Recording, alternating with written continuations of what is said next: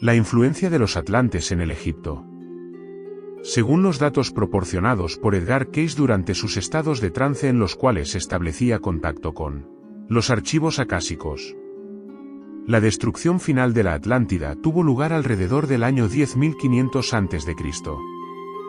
Como ya mencionamos, hubo emigraciones anteriores a la destrucción final a diferentes partes del mundo, pero el grupo más preparado, formado por sacerdotes, maestros y científicos, lo hicieron hacia el Egipto poco tiempo antes de esta tener lugar. Recordemos que la mayoría de los atlantes todavía poseían despiertas sus facultades psíquicas y clarividentes, además de mantener contacto con los planos espirituales superiores, así como la facultad de ver el futuro. Esto les permitió saber que el Egipto, debido a varios factores, especialmente su ubicación geográfica, sería el centro donde se desarrollaría un gran conocimiento espiritual y una vasta cultura en el futuro. Esa es la razón por la cual se dirigieron a la promisoria tierra y allí dejaron como muestra de sus grandes adelantos la construcción de la mayor de las tres pirámides, la conocida como pirámide de Gizeh.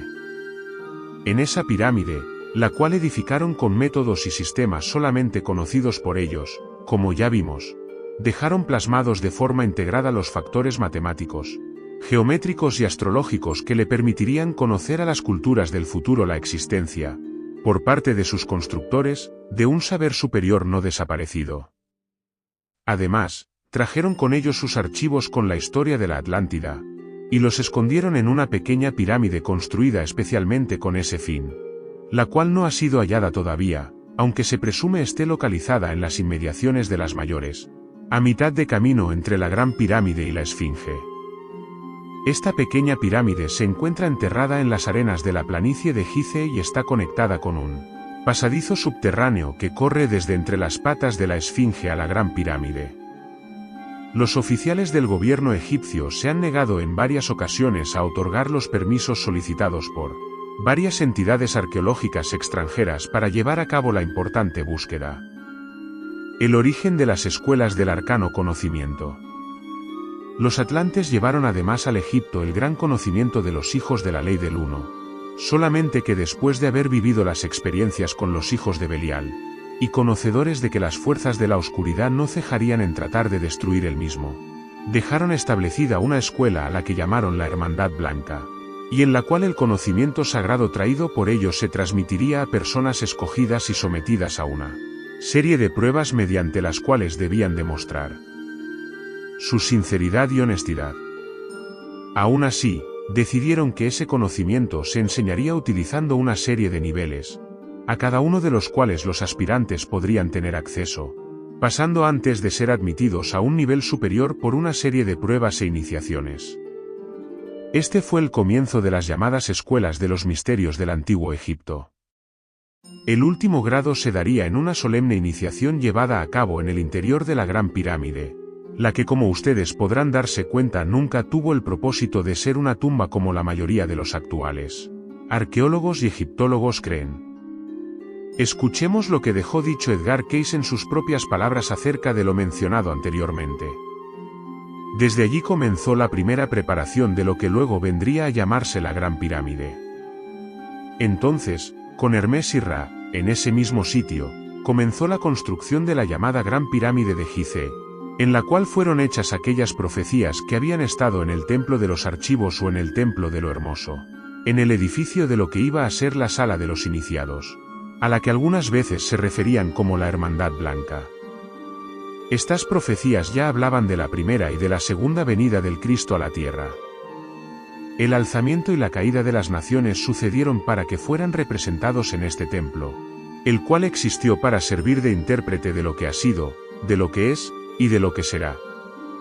Entonces, este recibe todos los archivos desde que los sacerdotes comenzaron a darlos, para aquel momento en el que deba cambiarse la posición de la tierra y en el cual se dé el retorno del gran iniciado, Jesús, a esta y a otras tierras, debido al cumplimiento de aquellas profecías representadas allí. Todo esto fue construido entre el 10.490 y el 10.390 antes de que el príncipe Jesús entrara en Egipto. Cuando las líneas sobre la Tierra estén consideradas desde la precisión matemática, se encontrará el centro cerca de donde todavía se encuentra la Gran Pirámide, comenzada entonces. En el momento correcto, líneas exactas imaginarias podrán dibujarse desde la apertura de la Gran Pirámide a la segunda estrella de la Osa Menor, llamada Polar o Estrella del Norte. Esto indica que es el sistema hacia el cual el alma lleva su vuelo al terminar su periplo terrestre. Muchas de las informaciones dadas por Case indican que la Gran Pirámide fue utilizada como un centro de iniciación, y que tanto Jesús como Juan el Bautista recibieron allí el más alto grado de la hermandad. En sus palabras, dijo lo siguiente: y entonces él, Jesús, fue a Egipto para completar la preparación como maestro. Él fue con Juan, el mensajero, durante la parte del entrenamiento, allí en Egipto. Juan primero fue a Egipto, donde Jesús se unió a él y juntos se convirtieron en iniciados en la pirámide o el templo. En la misma pirámide realizó la gran iniciación el maestro, alcanzando en aquel lugar los últimos grados de la hermandad junto con Juan, su precursor. Con frecuencia a través de este canal, la unificación de las enseñanzas de muchas tierras tuvo lugar en Egipto, ya que era el centro desde el cual había una influencia de actividad radial al resto de la tierra. Todo parece indicar que ya hemos entrado de lleno en la nueva era, en la cual se producirán grandes hallazgos, milagros, conflictos bélicos, y posiblemente cataclismos sísmicos que podrían cambiar en parte la faz de nuestro planeta. Pero según Case, antes de esto será necesario que se haga el mayor descubrimiento de todos, el de la llamada Sala de los Archivos, en donde los atlantes, al llegar al Egipto, guardaron esas fuentes de toda la experiencia de su continente. También en esa Sala de los Archivos se encontrarán documentos que demostrarán hechos acerca de la vida de Jesús y su visita al Egipto. Según dejó marcado Case en una de sus trances, será de la siguiente manera: ya que aun aquellos que fueron entrenados en el templo del sacrificio, así como en el templo de lo hermoso, lo fueron junto a las cámaras de los archivos, ya que estos estaban guardados y habían sido entregados por los sacerdotes de la Atlántida o poseída. Unos fueron puestos en las cámaras, para que solo se abrieran cuando el retorno de aquellos a la materialidad,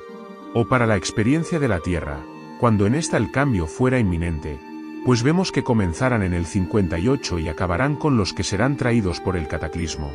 al suceder el cambio de los polos, que será como empezará el reino. En muchos de sus trances, hemos contado que más de 40 veces Case menciona la ubicación de la Sala de los Archivos bajo las arenas del desierto de Gizeh, cerca de las pirámides y de la Esfinge. Es posible que estos archivos estén también repartidos en varios otros lugares, no todos necesariamente en el Egipto, ya que Case mencionó su existencia en ruinas de templos de los mayas, en el templo de Poseída cerca de Bimini y en más de un lugar del propio Egipto. Un ejemplo al respecto manifestado en uno de estos trances, lo copiamos textualmente a continuación. Muchos son los templos, que todavía han de descubrirse cerca de la Esfinge. Hay una cámara o pasadizo desde la pata delantera derecha hasta la entrada de la cámara o la tumba de los archivos. Estas posiciones se encuentran a medida que el sol se levanta desde las aguas en la línea de la sombra o luz, caída entre las patas de la Esfinge, colocada después a modo de centinela o guarda, y a la cual no se puede entrar desde las cámaras conectadas desde la pata de la Esfinge, la pata derecha, hasta que el tiempo se haya completado, cuando los cambios deban ser activos en esta esfera de la experiencia humana. Entonces, entre la Esfinge y el río, se encuentra entre o junto a la entrada de la Esfinge o templo, o la pirámide, por supuesto, en una pirámide propia. Estimamos que cualquier día se conocerá acerca de este descubrimiento si no ha ocurrido ya, pues hace poco tiempo el Dr. Zayadas, jefe encargado de todas las excavaciones en la planicie de Gizeh, mencionó algo del hallazgo de un pasadizo secreto cerca de la Esfinge. De todas maneras, creemos que el momento del hecho ser conocido públicamente no ha llegado todavía y que debemos esperar unos pocos años más, pero no muchos, solo unos pocos.